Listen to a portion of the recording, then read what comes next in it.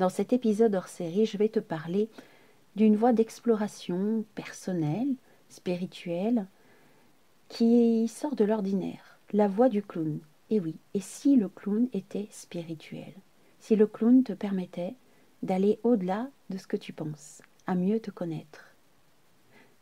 Je vais évoquer ce sujet dans cet épisode, alors écoute bien jusqu'au bout, parce que ça pourrait bien te surprendre. Bien le bonjour, belle étincelle. Bienvenue dans Miroir de femme, le podcast pour celles en quête d'évolution, de spiritualité, pour une belle connexion à son essence, la joie.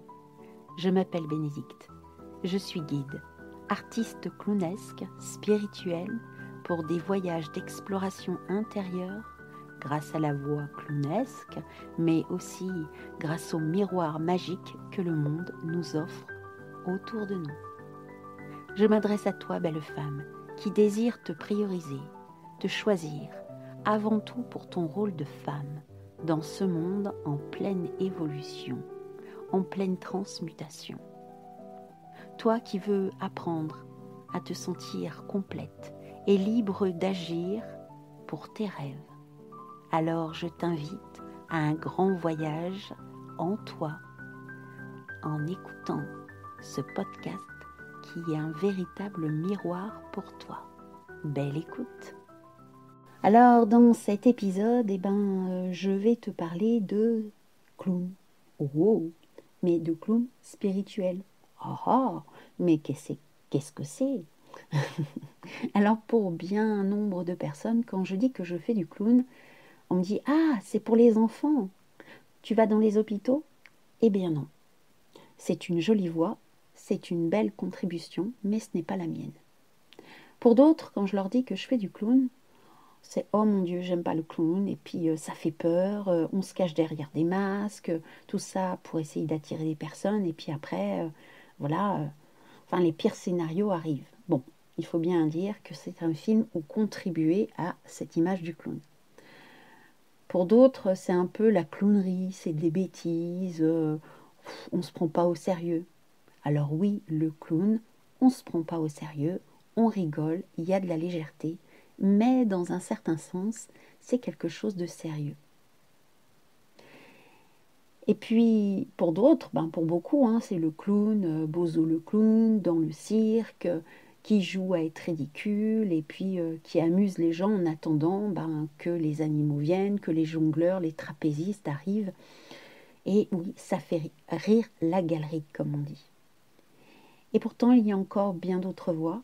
Et je veux parler aujourd'hui de celle de la spiritualité. Alors, quand j'étais petite, spiritualité rimait aussi avec quelqu'un qui avait de l'humour plutôt fin. On disait « Oula, c'est une personne très spirituelle ». C'était quelque chose de léger, c'était subtil et ça n'avait rien à voir avec la spiritualité au sens divin, je dirais, du terme. Alors je vais parler de tout ça dans cet épisode. Je vais parler spiritualité, dire mon point de vue sur la spiritualité. Je vais parler aussi du clown et de tous ses bienfaits et qu'est-ce que ça apporte. Et puis je vais aussi partager ce que cela m'a permis dans mon évolution de vie, comment ça m'a permis de construire la vie que j'ai actuellement, qui est du grand bonheur, du pur bonheur, même si la vie a ses hauts et ses bas. Alors la spiritualité, qu'est-ce que c'est? Bon nombre de personnes l'associent à la religion, mais ce n'est pas vraiment ça la spiritualité, en tout cas de mon point de vue. La spiritualité, c'est avant tout une quête personnelle, une quête de sens, un besoin de compréhension par rapport à une connexion à son moi profond, à quelque chose qui est en nous, qui est bien plus grand que le personnage, en lien avec notre âme. C'est aussi cette envie de se connecter à l'autre de manière profonde, sincère, authentique. C'est aussi la spiritualité, c'est se connecter à l'univers, à des forces qui sont plus grandes que nous. Et ce n'est pas de la religion, pour moi, qui repose sur des doctrines, sur des rituels codifiés. parfois sur des injonctions même. Pour moi, la spiritualité est loin des injonctions. Bien au contraire, c'est une manière de se libérer des injonctions pour être véritablement soi, en toute sincérité, en toute honnêteté, avec beaucoup de discernement et de la clarté.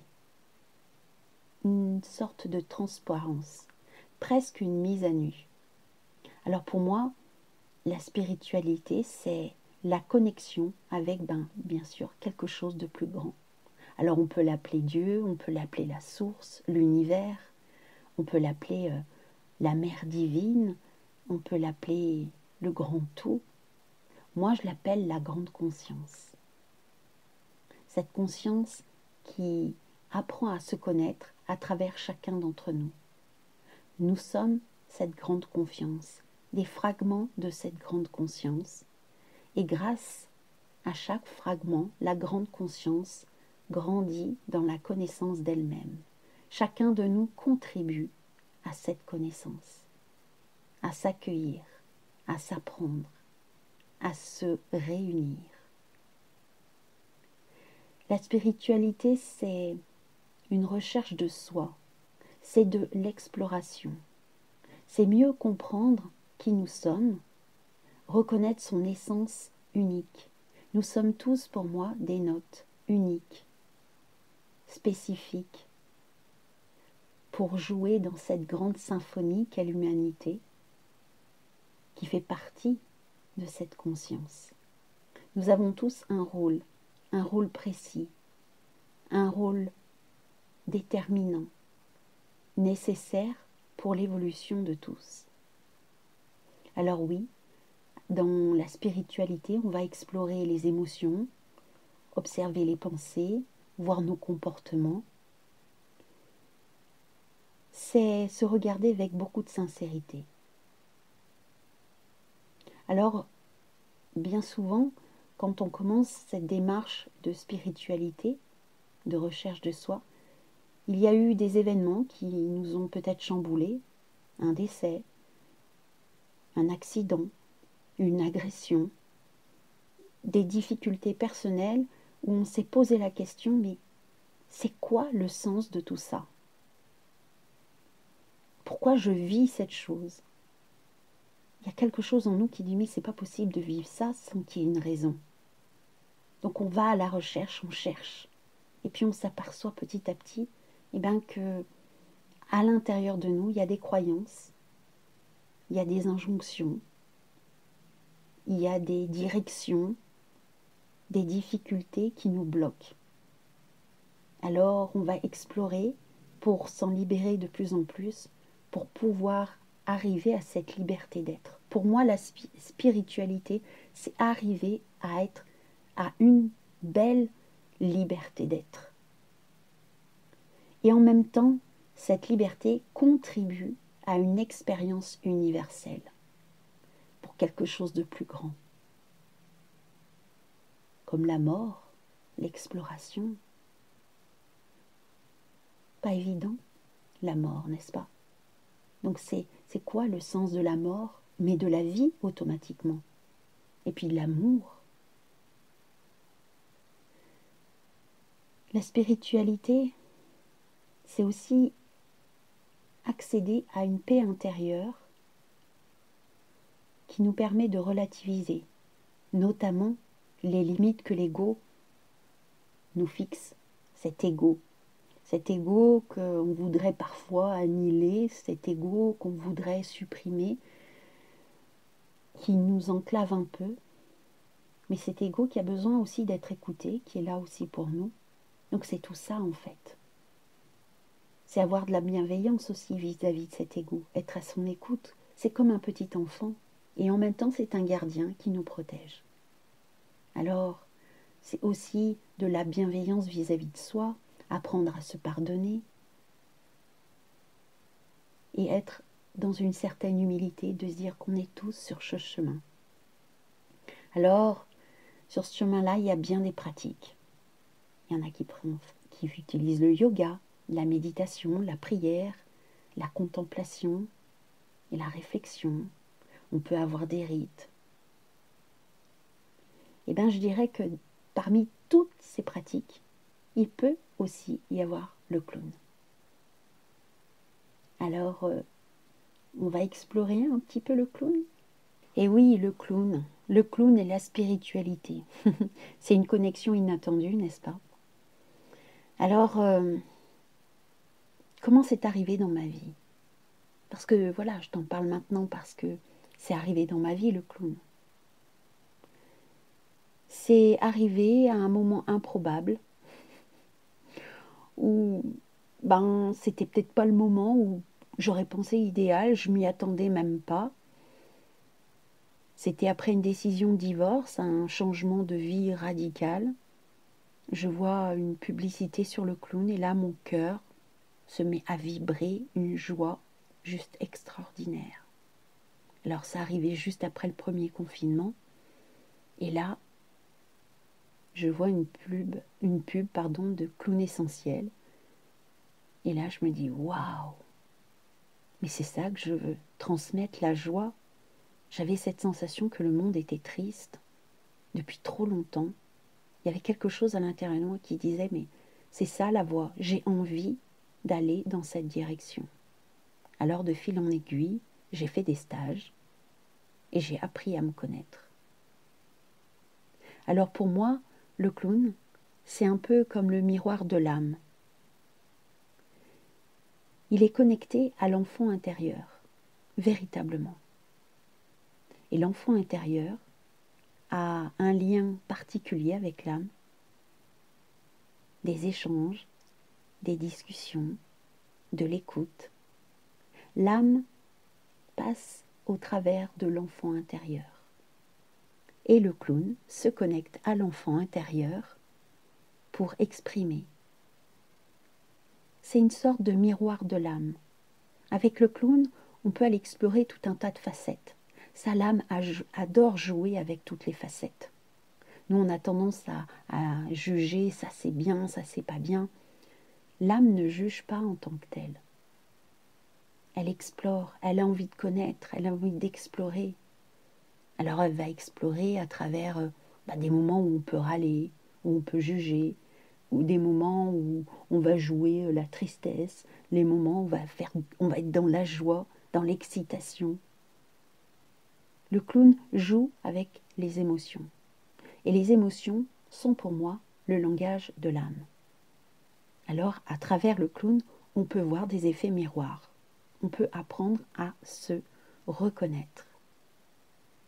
Et de ce fait-là, on peut libérer des blessures. On peut sortir de blocages. Parce qu'on va y mettre de l'humour. On va y mettre aussi de l'autodérision. Et l'humour, met de la légèreté. Permet de relâcher. Moi, ça m'a permis, par exemple, de quitter la susceptibilité. Passé un moment, on ne pouvait pas me dire grand-chose. Dès qu'il y a quelque chose qui n'allait pas, j'avais tendance à monter dans les tours, à me braquer, à me mettre en défense. Et c'était pas forcément agréable pour les autres, ni pour moi d'ailleurs. Et c'est vrai que le clown m'a permis d'accepter d'être un peu dans l'autodérision, de rigoler de moi-même. Alors j'ai un côté très premier degré. Donc j'en rigole maintenant, oui. Voilà, j'ai un côté très premier degré. Et puis il y a des moments, je suis un petit peu, dirons-nous, allez, j'ose le dire, psychorigide. Il y a des moments, j'aime bien contrôler, maîtriser. Et je joue de tout ça aussi. Accepter tout ça, c'est aussi accepter ma vulnérabilité. Alors oui, le clown m'a permis de passer des caps, de me libérer d'états de fonctionnement, je dirais, de façon, d'attitude qui n'étaient pas propices, qui n'étaient pas bonnes pour la relation avec les autres et la relation avec moi-même. Donc c'est vrai que le clown m'a permis de mettre de l'humour dans ma vie. Et puis, le clown est là depuis bien longtemps, à vrai dire, pour tout vous dire. Le clown est là dans les traditions. Il y a le clown dans la tradition, dans je dirais la spiritualité en Inde, il y a le fou sacré. Chez les Amérindiens, il y a le clown Eoka. Le clown Eoka, c'est l'homme médecine, c'est l'homme à l'envers. C'est celui qui s'autorise de faire ce que les autres ne veulent pas faire. Les choses déraisonnables, mais avec de l'humour. Pour montrer aux autres le fonctionnement. On en rigole. Le bouffon du roi était en quelque sorte aussi un clown. C'était le seul qui avait le droit de rire du roi. C'était pour donner de l'humanité au roi. Donc c'est vrai que le clown, d'une certaine manière, par sa façon d'être, a un certain pouvoir. C'est vraiment une figure spirituelle qui est là depuis très longtemps et qui a une certaine puissance. C'est peut-être ça que les gens appréhendent. Et on le retrouve aussi dans le tarot. Dans le tarot, c'est le fou. Et puis le fou, il incarne aussi le début d'un voyage spirituel. C'est celui qui ose tout en ne sachant rien. Le clown, en fait, il ne sait pas. Le clown, il fait « Ah, mais qu'est-ce qui se passe ?» Et il vit l'instant présent. Il y a une sorte d'insouciance, une ouverture vers l'inconnu. Et en même temps, l'instant présent, s'ouvrir à l'inconnu, c'est une sorte de sagesse spirituelle. Et donc le clown, c'est l'instant présent qui accepte ce qui est. Il dit oui à ce qui se présente et comment il joue avec. Le clown, c'est ici et maintenant. Et dans la pratique spirituelle, ça fait partie. On nous dit bien souvent être ici et maintenant. C'est notre verticalité. Alors, d'une certaine manière, le clown est dans la verticalité.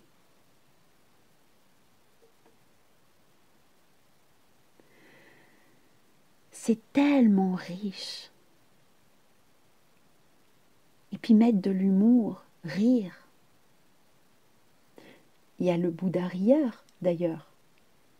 C'est aussi rire de ses travers, rire de la situation, prendre du recul, prendre de la hauteur sur la vie, sur les difficultés. C'est apprendre à jouer de tout ça. Le clown nous permet de prendre de la hauteur, de ne plus se prendre au sérieux. Il y a quelque chose qui coince dans la gorge. Ne plus se prendre au sérieux. Ouh là là là là.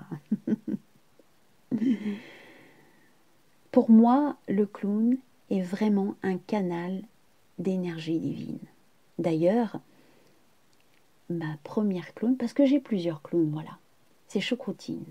Choucroutine, elle est arrivée après un stage où dans ce stage, il y a eu de l'exploration à travers Osho, Jung et le Tao. Donc, ça a permis d'aller explorer la désidentification.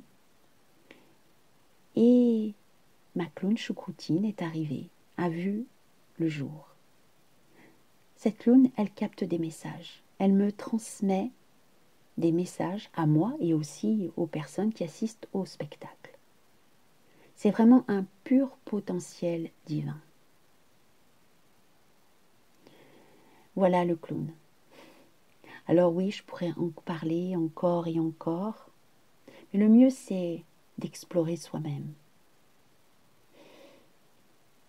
Est-ce que toi, tu aurais envie d'explorer le clown? Explorer qui tu es complètement, t'accepter avec toutes tes polarités à travers le clown. Alors bien sûr, j'accompagne les personnes qui le souhaitent dans cette direction-là. Pas plus tard que le week-end dernier, j'ai accompagné 2 personnes dans une immersion. Et chacune ont pu aller explorer des polarités qu'elles connaissaient, mais le fait d'aller les explorer à travers le clown, le costume, d'en jouer, ça a apporté une grande libération et une vraie connexion à la joie. C'est ce que m'a permis, moi, entre autres, le clown. Et je t'explique tout ça. Alors, le clown a débarqué dans ma vie, c'était en 2020. Oh, peut-être même avant, bien avant ça, au moment de l'adolescence, il y a très longtemps, il y a plus de 25 ans, quand j'ai fait un stage d'impro, où ça j'en ai parlé déjà, il me semble, dans un précédent épisode, où j'ai incarné, joué le rôle d'un lutin zozoteur. Donc c'était les prémices du clown. Mais bon, avant que le clown s'installe vraiment dans ma vie, il a fallu quelques années. Et c'est en 2020 où j'ai fait mon premier stage Clown et Nature avec Chantal Poulain. Ça m'a offert une vraie liberté. Mais ça m'a permis aussi de me libérer de parts de moi, enfin, ou de façon d'être, d'attitude, d'attitude, on va dire, dans lesquelles je m'étais bloquée. Notamment, je suis en retard, je suis en retard. Voilà. Avant, je me définissais comme la fille qui était en retard.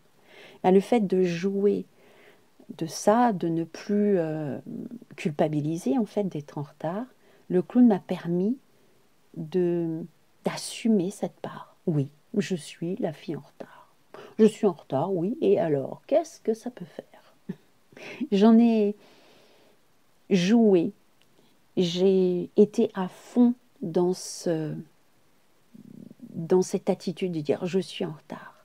Bon, avec le temps, après, j'ai abandonné cette étiquette, mais le fait de passer par le clown pour accepter véritablement que voilà, j'étais en retard, et de ne plus en culpabiliser, je dirais, pardon, et de ne plus en avoir honte, enfin voilà, d'assumer pleinement et de dire voilà, c'est comme ça, je joue à travers ça. Ça m'a permis de libérer ensuite. Maintenant, je suis celle qui arrive au bon moment. Mais c'est grâce au clown que j'ai pu accéder à cette posture de celle qui arrive au bon moment. Et puis comme je le disais plus haut, ça m'a libérée aussi de ma susceptibilité. Quand quelqu'un me disait « Oh, t'es toujours en train de râler », bien sûr, je montais dans les tours auparavant. Et puis j'ai une de mes clowns qui s'appelle Croutine.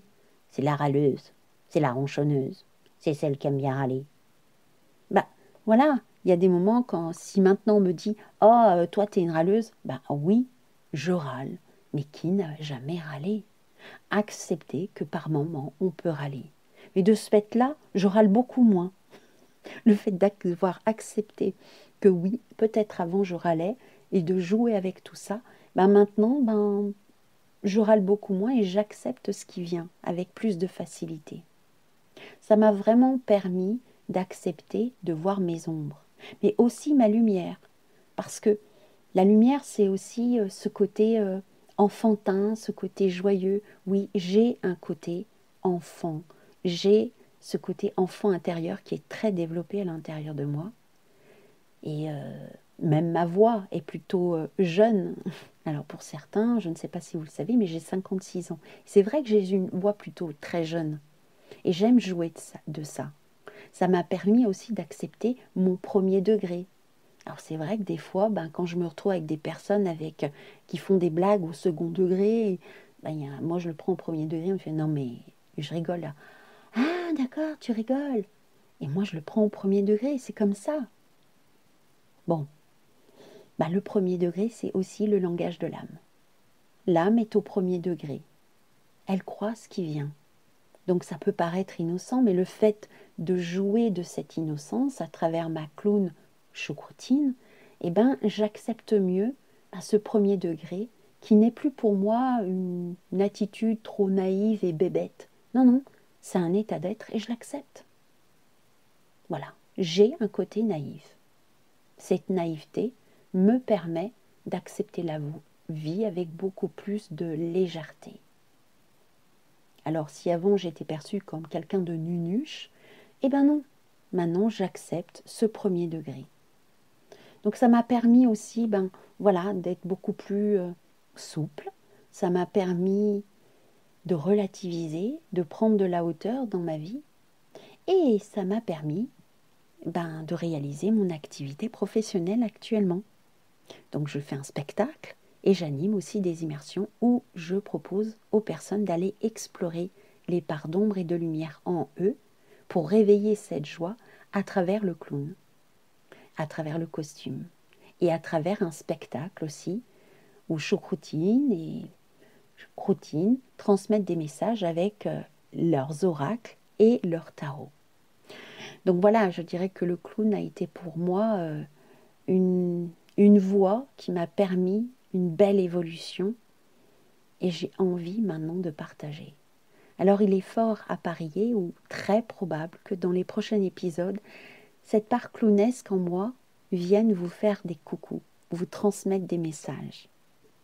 Et puis, si tu as envie d'aller plus loin, de connaître cette voie-là qui est extraordinaire, si ta curiosité te pique, je t'invite vraiment à venir explorer. Prends contact avec moi, puis on en parle. Je t'expliquerai davantage directement. Voilà. J'espère que, en tout cas, ça t'aura apporté une nouvelle vision du clown. Ou alors, si tu la connaissais déjà, dis-moi si toi, tu vis la même chose. Et puis, si tu découvres autrement le clown et tu as envie d'en savoir un peu plus, je t'invite vraiment à prendre contact avec moi. Dans le descriptif, il y a des liens où tu peux me joindre et aussi mon adresse mail. Voilà. Je suis heureuse d'avoir partagé cette exploration-là, clownesque, spirituelle, et me dit que même si ça touche une personne qui se dit tiens, je vais peut-être tester, waouh, j'aurais réalisé mon pari. Mon pari que le clown peut transformer pour apporter du bien-être. C'est déjà arrivé le week-end dernier lors d'une immersion. Pourtant, il y avait une des personnes, le clown, c'était pas trop son truc. Et finalement, elle a découvert une nouvelle façon de se découvrir et de s'apprendre. Voilà. Alors, si cet épisode t'a plu, a fait sens pour toi, tu peux déjà témoigner en laissant un message. Je t'invite aussi à liker, à partager autour de toi. Et puis, si ce n'est déjà fait, je t'invite à t'abonner pour que les prochains épisodes viennent à toi. Je te souhaite vraiment le meilleur. Et j'aime souvent dire, sois ta priorité. C'est prioritaire. Alors, je te dis à bientôt, à la semaine prochaine pour un nouvel épisode. Et je pense que la semaine prochaine, ça sera un épisode clé-clarté avec un tirage akashique. Et oui, parce que ça aussi, c'est quelque chose que je kiffe. Et je dirais que mes clowns sont branchés, en particulier Choucroutine, sont branchés sur le royaume akashique, comme j'aime le lire, les mémoires akashiques, qui sont là pour grandir, nous permettre de grandir vers notre plus belle évolution, celle en lien avec notre essence. Alors merci à toi, et puis au plaisir d'échanger, et je te dis à la semaine prochaine. Au revoir.